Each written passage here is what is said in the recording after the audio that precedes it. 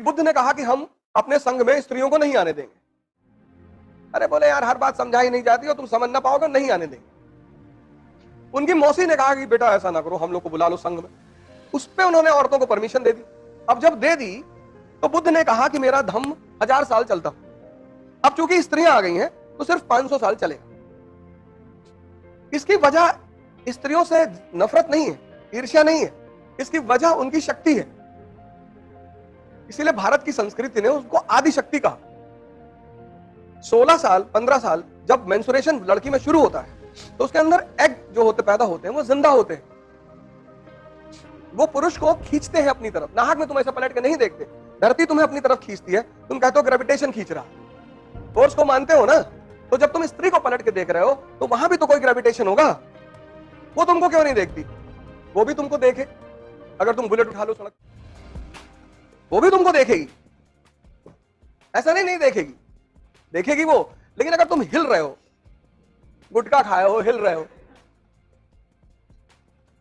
तो बुद्ध ने ये बात कही नहीं। अब नया नया जो आदमी ध्यान करने जा रहा है, 2 दिन हुआ ध्यान करते हुए, अब पायल की आवाज आई, ध्यान कर रहा है, उसने एक आंख खोल के देख लिया, फिर बंद किया, तो ध्यान टूटा कि नहीं टूटा? टूटा ना। दुनिया में मन जो शांत होता है वो बस 2 ही चीजों से शांत होता है तुरंत।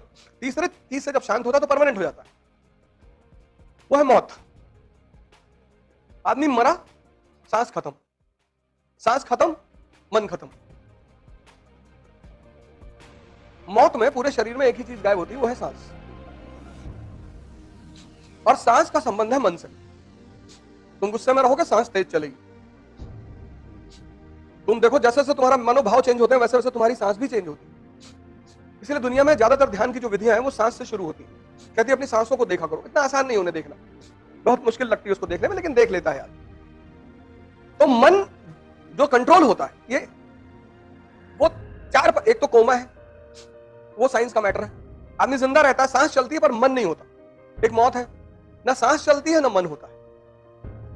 जो डेड बॉडी है उस पर जाकर तुम अगर उसके कान में कह दो तुम्हारी बीवी भाग गई, पड़ा हुआ है, क्या फर्क पड़ता है? ये 2 तो है जो मन को शांत करते हैं। तीसरा है नशा। मुसलमान कहता है, कुरान कहती है शराब मत पियो, तो सिगरेट पीता है। कुरान कहां कहती है सिगरेट पियो? तो जितने लोग सिगरेट पीते हैं मैं उनको मुसलमान नहीं मानता, अपराध है ये, बेईमान। अब दारू नहीं पियोगे तो गांजा पी लोगे, तब पर भी तो मन ही शांत कर रहा हो ना।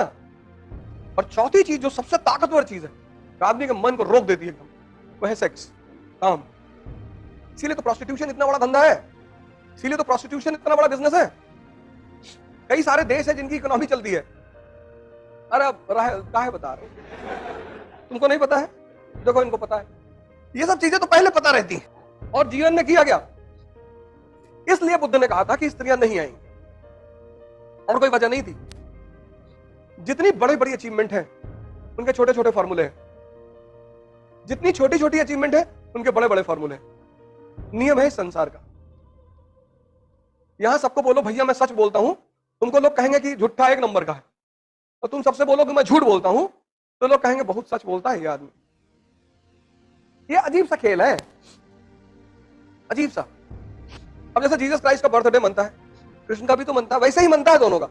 अब पता नहीं हमने उनसे सीखा या उन्होंने हमसे सीखा। अंग्रेज इतिहासकार लिखेगा कि भारत के लोग जन्माष्टमी ईसा के जन्म के उत्सव से प्रेरित होकर मनाते हैं। जब हम लिखते हैं तो हम कहते हैं अरे चोर उचक के लोग, जब हम विकसित थे तब ये जंगल में घूमते थे।